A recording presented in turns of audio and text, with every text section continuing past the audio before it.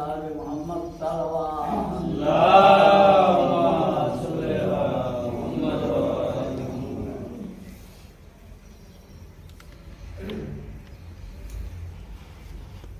لا حول ولا قوة إلا بالله العلي العظيم. أعوذ بالله من الشيطان الرجيم. بسم الله الرحمن الرحيم.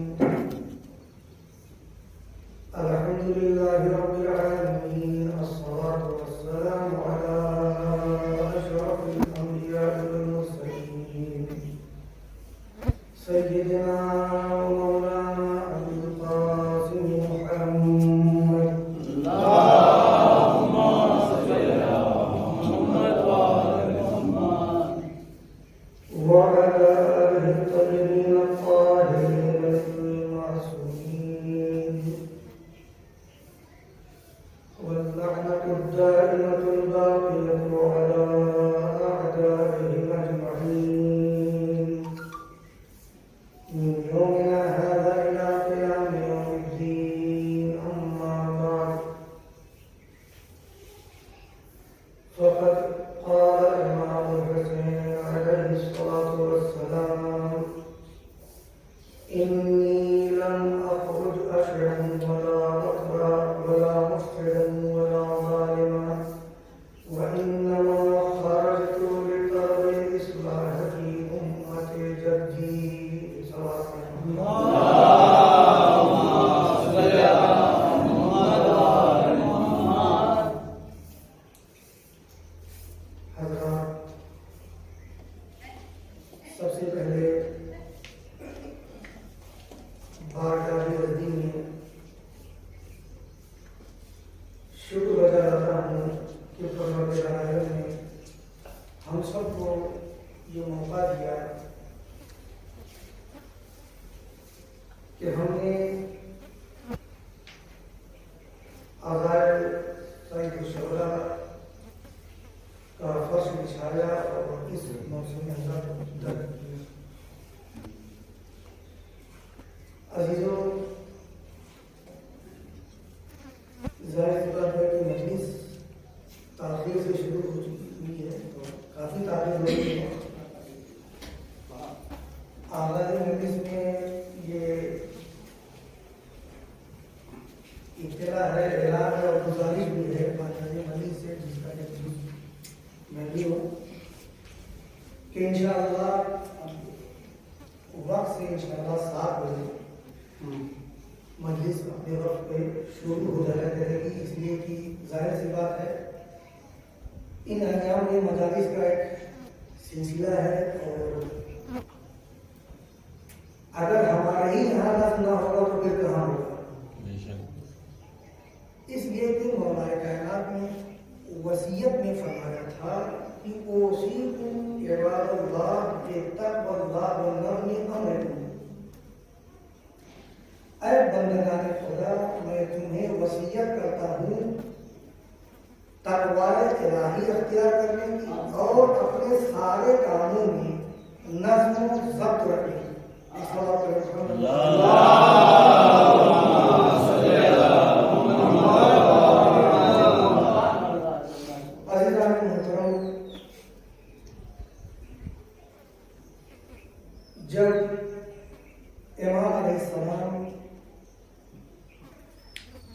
اپنے سفر کا آغاز کر رہے تھے تو سفر کا مقصد آپ نے بیان فرمایا تھا، اور سب سے اہم مقصد تھا جو امام نے اس وقت بیان فرمایا، اور وہ ایسا مقصد ہے کہ جو کائنات میں ہر شے کے لیے جو بھی مخلوقات الہیہ ہیں، ہر شخص، ہر انسان کا وہ مقصد ہونا چاہیے. اور اسی لیے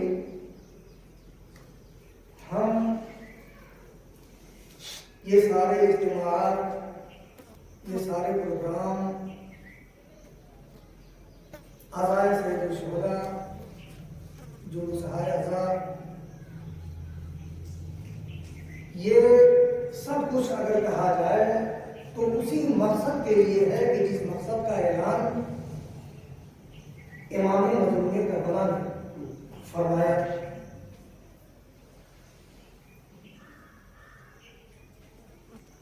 آپ نے فرمایا کہ انی لم اخرج اشرم ولا بطرا ولا مفسدا ولا ضاربا۔ دیکھو میں نکل رہا ہوں تو میں حکومت کے لیے، جاہ طلبی کے لیے، شر اور فساد پھیلانے کے لیے میں نہیں نکل رہا ہوں۔ آپ نے کھلے طور پر اعلان کر دیا کہ اگر کوئی سمجھ رہا ہے کہ میرے سفر کا مقصد حکومت حاصل کرنا ہے،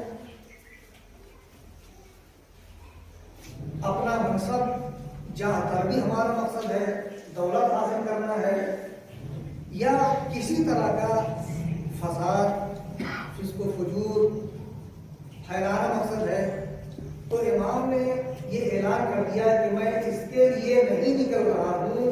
وَإِنَّمَا خَرَجْتُ لِطَلَبِ الْإِصْلَاحِ فِي أُمَّتِ جَدِّي، میں نکل رہا ہوں اپنے نانا کی امت میں اصلاح کرنے کے لیے۔ یہ عظیم مقصد ہے۔ یہاں پہ ایک بات گوش گزار کرنا ضروری ہے کہ کسی غیر کی اصلاح وہی کر سکتا ہے کہ جو خود اصلاح یافتہ ہو، جس کے اندر کوئی کمی نہ ہو۔ اس لیے کہ چھٹے ماں فرماتے ہیں کہ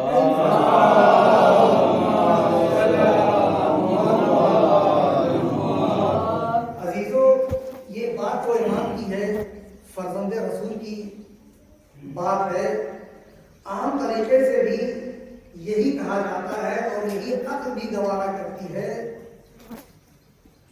کہ جو امام نے فرمایا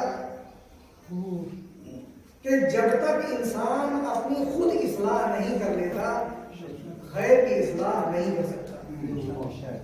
اس حدیث کا ترجمہ یہی ہے کہ کئی فیصلے ہو جائے گا مرمم یصلح نفسہ، کیسے اصلاح کر سکتا ہے کوئی انسان کسی غیر کی، کسی دوسرے کی، جب تک وہ اپنی خود اصلاح نہ کر لے۔ عزیزوں، یہ وہ مقام ہے، فرش عزا و دستگاہ ہے، یہ ایام عزا، یہ سارے پروگرام، یہ وہ موقع فراہم کرتے ہیں ہم کو کہ ہم سب سے پہلے اپنی اصلاح کریں۔ اور عزیزوں، اگر انسان اپنی اصلاح میں لگ جائے گا، اپنے نقائص، اپنی خرابیوں کی طرف نگاہ ہوگی اور اس کے دور کرنے کے درپے ہوگا کہ ہمارے اندر کیا کوتاہی، کیا کمی، کیا نقص، کیا برائی، کیا عیب پایا جا رہا ہے۔ اگر وہ اپنے سے ان عیوب کو، ان نقائص کو دور کرے گا، ہر ایک اسی کے فکر میں ہوگا، تو یقین مانیے ایک دن وہ آئے گا کہ سماج میں، معاشرے میں، سوسائٹی میں کوئی برا انسان نہیں ہوگا۔ لیکن ایسا محترم، ہمارا ظاہر سی بات ہے کہ سماج کا، سوسائٹی کا ہمارا یہ دستور ہے کہ ہم اپنی اچھائیوں اور غیر کے عیوب کی طرف دیکھتے ہیں، غیروں کی برائیاں ہمیں نظر آتی ہیں اور اپنی اچھائیاں، جبکہ یہ کہا گیا ہے کہ اپنی اچھائیاں بھول جاؤ، برائیاں یاد رکھو، غیروں کی برائیاں بھول جاؤ اور اچھائیاں یاد رکھو۔ اگر اسی راستے پر ہم چلیں تو یقیناً مقصد امام مظلوم کربلا ایک حد تک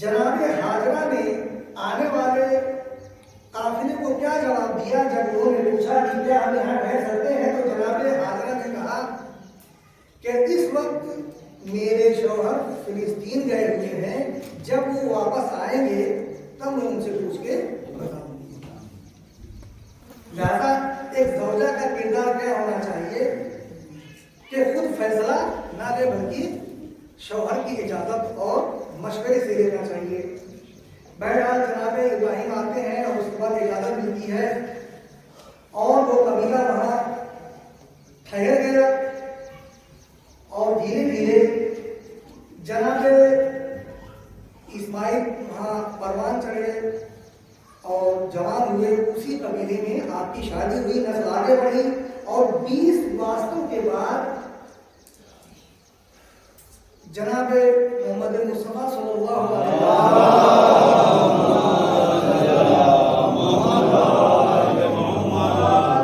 اس نسل میں آئے۔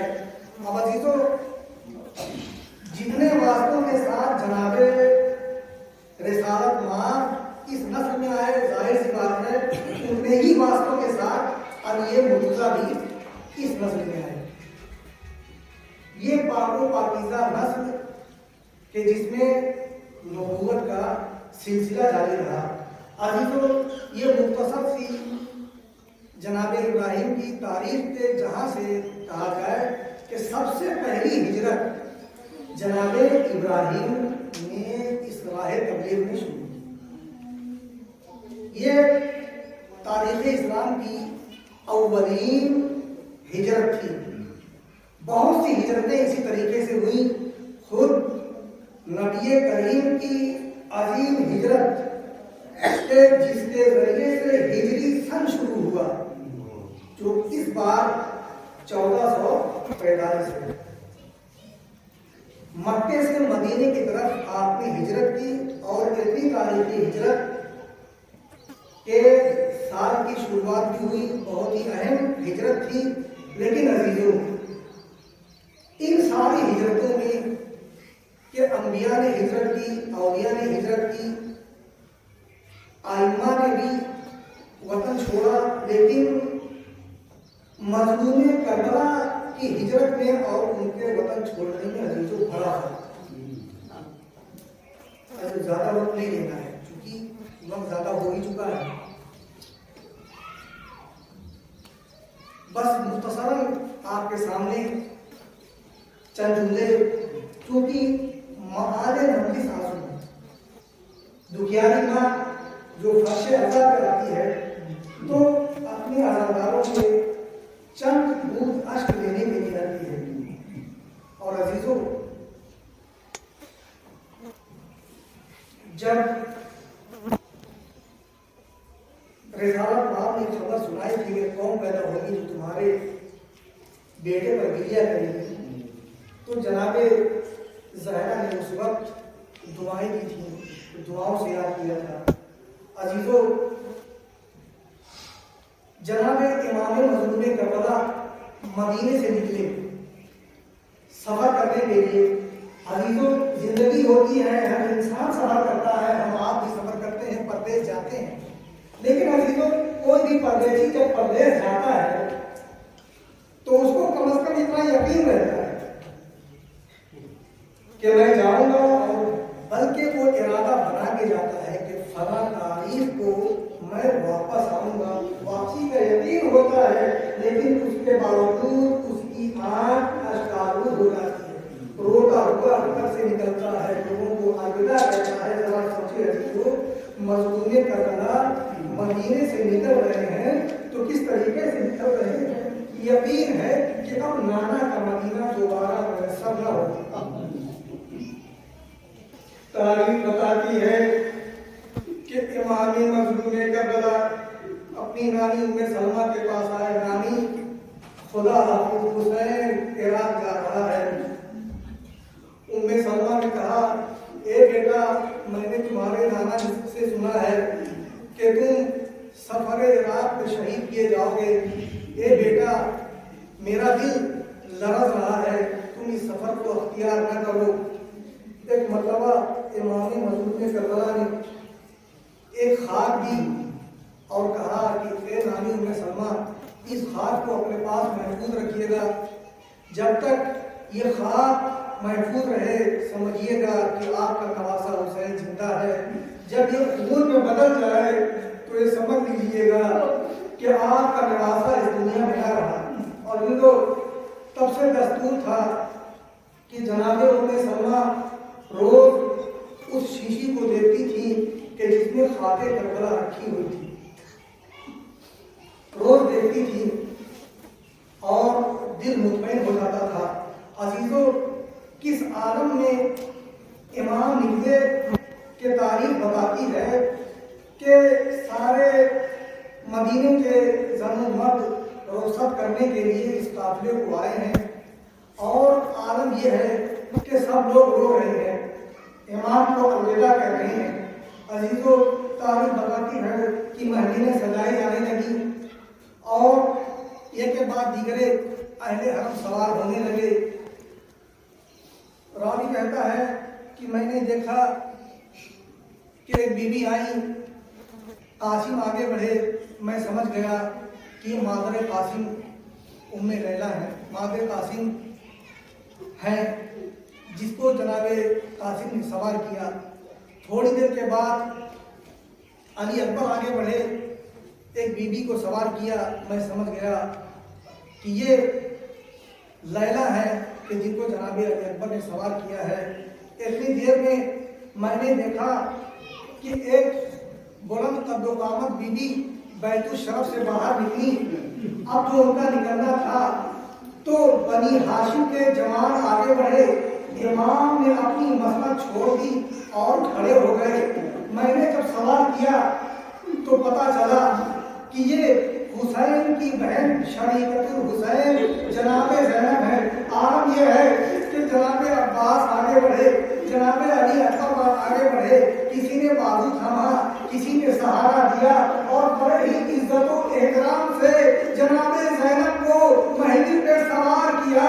میں کہوں گا جناب زینب کو کیا خیال نہ آیا ہوگا کہ اے میرے بنی ہاشم کے جوانوں، جس طریقے سے تم یہاں سوار کر رہے ہو، کل کربلا میں بھی جب کوئی نہ ہوگا سوار کرنا۔ ہاں عزیز تاریخ بتاتی ہے کہ 11 محرم الحرام کو جب یہ قافلہ اسیر کر کے لے جایا جانے لگا ہے تو ایک مرتبہ جناب زینب نے ایک کے بعد دیگرے سب کو سوار کیا۔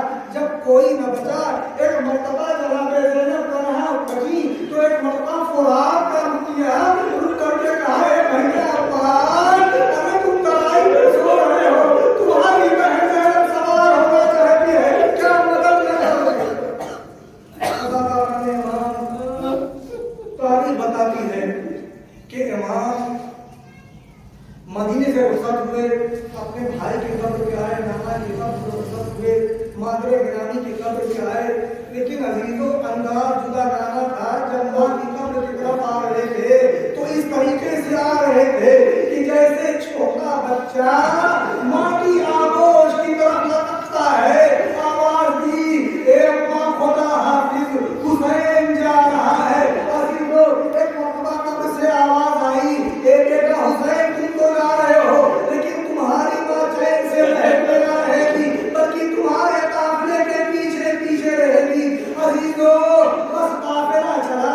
2 محرم الحرام کو جب یہ قافلہ کربلا پہنچا ہے، خیام حسینی جگہ جگہ نصب کر دیے گئے تو تھوڑی دیر کے بعد جناب زینب امام کے پاس آتی ہیں اور آنے کے بعد کہتی ہیں اے بھیا حسین، دل لڑک رہا ہے اس لیے کہ جب سے ہم یہاں آئے ہیں خیمے نصب میں ہیں، اس کے خیمہ کوئی بیوی ہے جن کے رونے کی صدائیں آ رہی ہیں، رونے کی آوازیں آ رہی ہیں۔ ایک مرتبہ امام نے فرمایا اے زینب، اب وہ جو جب بیوی آئے تو مجھے لے چلنا۔ جناب زینب جناب امام مظلوم کربلا کو لے کے چلی، آواز آئی تو ایک مرتبہ امام نے کہا ارے اے زینب، ارے تم نے پہچانا نہیں، ارے یہ رونے والا کوئی اور نہیں ہے بلکہ ہماری مادر گرامی فاطمہ زہرا ہے جو ہماری مظلومی کے اشک بہا رہی ہے۔ امام کے جناب فاطمہ زہرا سلام اللہ علیہا ہے کہ جو ہر وقت